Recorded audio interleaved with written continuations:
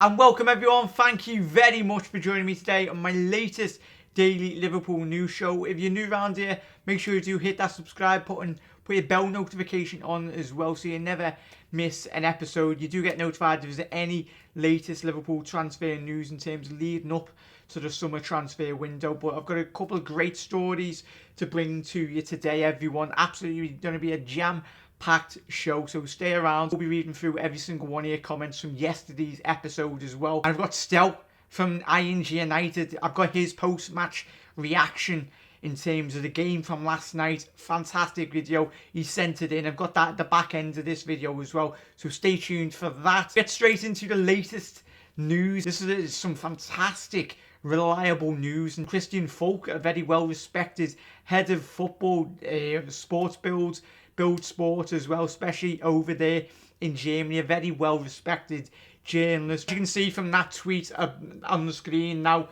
not true, there are still 3 clubs in the race to buy Kai Havertz in the summer: a Spain, an English and a German. The German club is FC Bayern Munich. Goes on to follow off the back of that tweet. His club, Bayern 04 Football, is expecting to offer an offer from Liverpool. Everyone, let me know your thoughts in terms of that. It's very exciting news. Very highly rated over there in Germany anyway. Him and obviously Timo Werner, two names that are going to be getting heavily linked with Liverpool because they're the best crop of what Germany has to offer in terms of football and youngsters. And as you can see, there's been an unveiling outside the Liverpool shop at Anfield. If you're going to the game on Saturday, make sure you do head over and check this out. A new statue of Bob Paisley, as you can see there, with Emlyn Hughes on the back, his old Liverpool captain. Absolutely amazing. It's took them long enough to really get a statue of Bob. He should have had one years and years ago anyway. But the absolutely iconic man, in terms, as you can see there, the club has been my life. I'd go out and sweep the streets, and proud to do it for Liverpool if they asked me to. And that's the little quote in terms of if you are going to see the statue. Highly recommend going and checking it out, taking a couple of pictures anyway. This lad, yes, he's back in England. He sacked his agents off, but Bobby Duncan, the man that wanted fresh, he wanted to leave England to find first team football. Not happened at Fiorentina, but he is getting a loan move to Sunderland in League One. So hopefully, whatever happens, this kid, he is a kid. He's been such poorly managed. His agent has absolutely destroyed his career. Should have just stayed at Liverpool. Oh, I bring you this stat as well from Mohamed Salah. I know a lot of people out there in world football, especially non-Liverpool fans, they do like to say, oh, Salah's had a bad season. Salah's not had a bad season. Mo Salah has been directly involved in 90 Premier League goals for Liverpool. Read in 95 games, he scored 66 and assisted 24. And here's an absolute screamer from Harvey Elliott from last night. What an absolute worldie of a goal that was, everyone. Let me know your thoughts on that. Have you scored a better goal than Harvey Elliott? I don't think any of us have. Maybe probably in the back garden anyway when no one's watching. A tweet from the birthday boy. What he ate was, hopefully this one brings much more. Happy birthday to me. Curtis, happy birthday from every single red round the world. Go straight into Stel's post-match thoughts. Obviously, if you're new around here, we do tend to try and get opposition fan reviews in terms of their thoughts after the game. Good evening to all you happy Liverpool fans out there. My name is Stel from Irons United, West Ham United fan. Just got home from the game, so forgive me for Jack. Thank you for asking me to send you a short video, giving my thoughts. Forgive me, it's so late. So, quick thoughts. First half. I think we kind of matched you guys. We thought you were going to hit the, really come at us, and I think we were kind of surprised that you didn't in a way.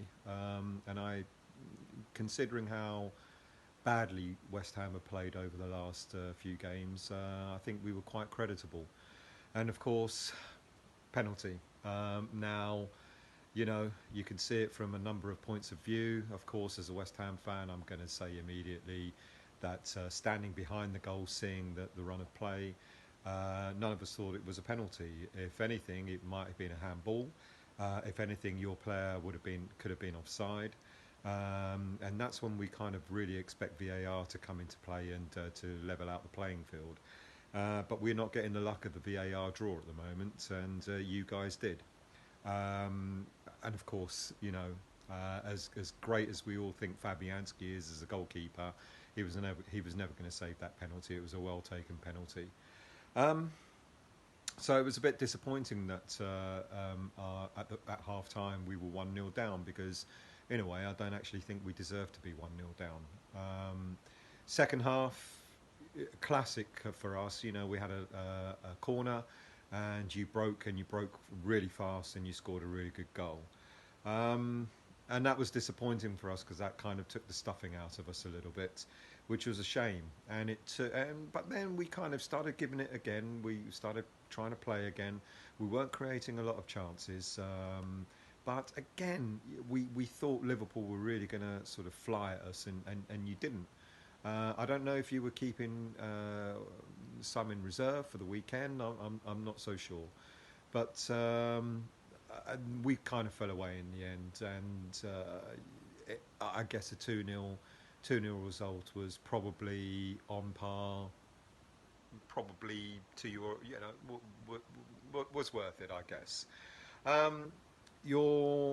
What we noticed is how composed Liverpool are when they have the ball, and how more composed they are when they don't have the ball. You guys kind of work hard. When you lose the ball, you get into formation. Every player knows his position, and you make it really difficult for the opposition to penetrate through your midfield and through your defence. So that's quite something that we noticed. I think for Liverpool teams of the recent past, you haven't had that. As far as West Ham's concerned, we're desperate for some new players. Souček signed for us today from Slavia Prague. We've done some research on him, and by all accounts, is exactly the type of player we need, because he may be able to play us, may be able to assist West Ham in playing in slightly different formations. We've been playing a 4-2-4-1, or sorry, a 4-1-4-1 formation, or a 3-5-1-1 formation, whereas Souček is going to allow us to possibly play a 4-3-3, which will be better for our attack-minded players, and also will stabilise that midfield a bit. Or he's the type of player that can play in a two-holding midfield to allow more attacking players to come forward. So we're kind of looking forward to that. Brighton for us is a massive game on Saturday. We've got to win that. There's no two ways about it. There's 14 games left. One would argue that means there's 42 points left to play for, and we need to start grabbing some of those points. Otherwise, we're in massive trouble. I think we're in massive trouble as it is. As far as Liverpool's concerned, well, you're champions-elect. You're quite likely to go through the season unbeaten. That hasn't been done since the Invincibles of Arsenal several years back. So good luck to you guys. And if you do go the whole season being unbeaten, then you fully deserve to win the league. Anyway, that's my piece. It was disappointing for us. VAR, I think, is an absolute joke, I'm afraid. I think you guys have got the rub of the green with VAR over the last few games. Not taking anything away from you. You deserve to be where you are, but you really don't need VAR to be on your side as well. Luck for the rest of the season. We hope we're still in the Premier League to play you again next season. And come on, you Irons. Was Stell's thoughts, absolute legends, and we get straight on to every single one of your comments that you left on yesterday's video. LFC Spectres comment delete, done in my eyes, 19 points clear, can't see us losing that now. Dave LFC chats, number 19 is coming, baby, let's go. Refuse to believe we're gonna win the league until I see Hendo's hands at the end of the season. See us come close too many times. That's from Sam Brocklebank, absolute legends. Amir's comment, get in, another 3 points, you'll never walk alone. From Edmonds, our aim should be to win the league first and foremost. After this should be 103 points, as not only would that be the highest points tally of the team anywhere, but could make it 200 points over the past 2 seasons, which is an average of 100 points over 2 seasons, beating City's 99 over 2 seasons. We would be regarded as the best team over the last 2 seasons. The unbeaten tag would be ours, and it will be tough. And then we go to Roger's comments. Congratulations, we are top of the Premier League table, 3 precious points and clean sheet, and 19 points above City. Yeah. Everyone, thank you very much, you absolute legends, for getting involved in today's latest episodes, everyone. Thank you to Stel for dropping his thoughts on in terms of the West Ham perspective from yesterday's game. Everyone, if you've liked today's episode, make sure you smash that subscribe button as well. Make sure you put your bell notification on. But let me know your thoughts on the Timo Werner news, thoughts on Harvey Elliott's screamer, and all the thoughts originated from today's episode. Everyone, I'll see you tomorrow.